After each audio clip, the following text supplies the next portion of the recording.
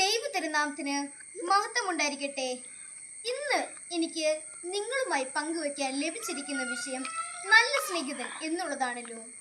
ഒരു നല്ല സ്നേഹിതൻ നല്ല അന്യമാണ്.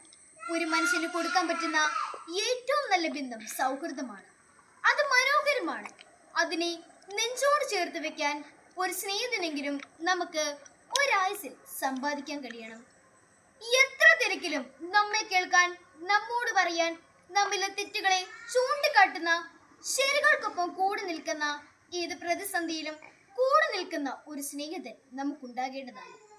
നമ്മുടെ മെടുകൾ നിറഞ്ഞാൽ പറയാതെ അതിന് കാരണം തിരിച്ചറിയുന്ന സുഹൃത്ത്, ഒരു വാക്കിൽ, ഒരു പുഞ്ചിരിയിൽ നൊമ്പരങ്ങൾ മായ്ക്കാൻ കഴിയുന്ന സുഹൃത്ത്, പരസ്പര സ്നേഹവും വിശ്വാസമുള്ള സുഹൃത്ത്, അങ്ങനെ ഒരാളെങ്കിലും നമ്മുടെ ജീവിതത്തിലുണ്ടെങ്കിൽ അത് വലിയ ഭാഗ്യമാണ്.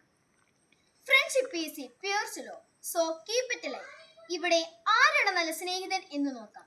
സന്തോഷത്തിലും സന്താപത്തിലും നമ്മെ സഹായകനാകണം യഥാർത്ഥ സ്നേഹിതൻ. വിശുദ്ധ ബൈബിൾ നൽകുന്ന ഏറ്റവും വലിയ സന്ദേശമാണ് സ്നേഹം. പലതരത്തിലുള്ള സ്നേഹം നമുക്ക് കാണാൻ സാധിക്കും. മാതാപിതാക്കളും മക്കളും തമ്മിലുള്ള സ്നേഹം, സമൂഹത്തിൽ കാണുന്ന സ്നേഹം, രാജ്യങ്ങൾ തമ്മിലുള്ള സ്നേഹം, ഇടയനും ആടുകളും തമ്മിലുള്ള സ്നേഹം. യേശു പറയുന്നു, ഞാൻ നല്ല ഇടയനാകുന്നു. ഇടയന് ആടുകളോടുള്ള സ്നേഹം ഇവിടെ കാണിക്കുന്നു. പെറ്റമ്മ കുഞ്ഞിനെ മറന്നാലും ഞാൻ നിങ്ങളെ മറക്കില്ല. ഇവിടെ യേശുവിന്റെ സ്നേഹം ദർശിക്കാം. പെറ്റമ്മയേക്കാൾ ഇടയനേക്കാൾ ഒക്കെയും കൂടുതൽ നമ്മെ സ്നേഹിക്കുന്ന യേശുവിന്റെ സ്നേഹം ബൈബിളിൽ ഉടനീളം നാം കാണുന്നു. അപ്പോസ്തലനായ പൗലോസ് കൊരിന്ത്യർക്ക് എഴുതിയ 1-ാം ലേഖനം 13-ാം അധ്യായത്തിൽ ഇപ്രകാരം പറയുന്നു, ഞാൻ മനുഷ്യരുടെയും ദൂതന്മാരുടെ ഭാഷകളിൽ സംസാരിച്ചാലും എനിക്ക് സ്നേഹമില്ല എങ്കിൽ ഞാൻ ഒഴുകുന്ന ചെമ്പോ ചിലമ്പുന്ന കൈത്താളം മാത്രമേ. യേശു സ്നേഹിച്ച പോലെ നാമും പരസ്പരം സ്നേഹിക്കണം. ഇവിടെ പരിധിയില്ലാത്ത ദൈവസ്നേഹത്തെ നമുക്ക് കാണാൻ സാധിക്കും. പാപികളായ നമുക്ക് വേണ്ടി കുരിശിൽ മരണത്തിന് പേരെ സ്വയം ഏൽപ്പിച്ച യേശു, അങ്ങനെ നിത്യമരണത്തിൽ നിന്ന് നമ്മെ വിടിയിപ്പിച്ച യേശുവിന്റെ ആഴത്തിലുള്ള സ്നേഹം നമുക്കിവിടെ ദർശിക്കാം.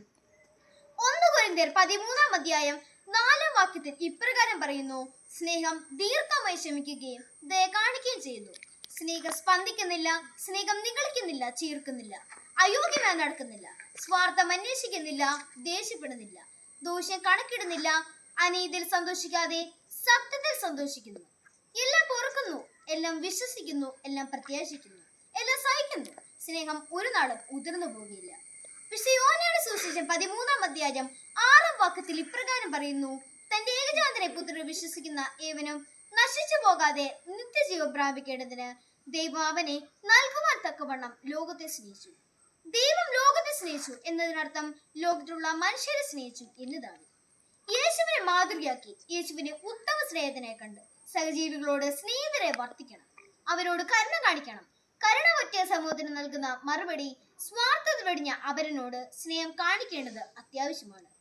വേദനിക്കുന്നവന്റെ ആവശ്യങ്ങൾ കണ്ടറിഞ്ഞ് അവനെ സഹായകനാകണം യഥാർത്ഥ സ്നേഹിതൻ. നാം തമ്പുരാനെ മാതൃകയാക്കി തമ്പുരാൻ കാട്ടിത്തരുന്ന സ്നേഹത്തിന്റെയും കരുണയുടെ പാത പിന്തുടർന്ന് നിത്യജീവിതത്തിൽ നല്ല സ്നേഹിതരെ വളരണം. അനുദിന ജീവിതത്തിൽ കിട്ടുന്ന എല്ലാ അവസരങ്ങളും ദുർവിനിയോഗം ചെയ്യാതെ അവരെന്റെ ഉത്തമ സ്നേഹിതനായി ഈ സമൂഹത്തിൽ വർത്തിക്കാം. അതിനെ തമ്പുരാൻ നമ്മെ പ്രാപ്തരാക്കട്ടെ എന്ന് പ്രാർത്ഥിച്ചുകൊണ്ട് എന്റെ വാക്കുകൾ ഇവിടെ സംഭരിപ്പിക്കുന്നു. നന്ദി, നമസ്കാരം. ജയ് ജീസസ്.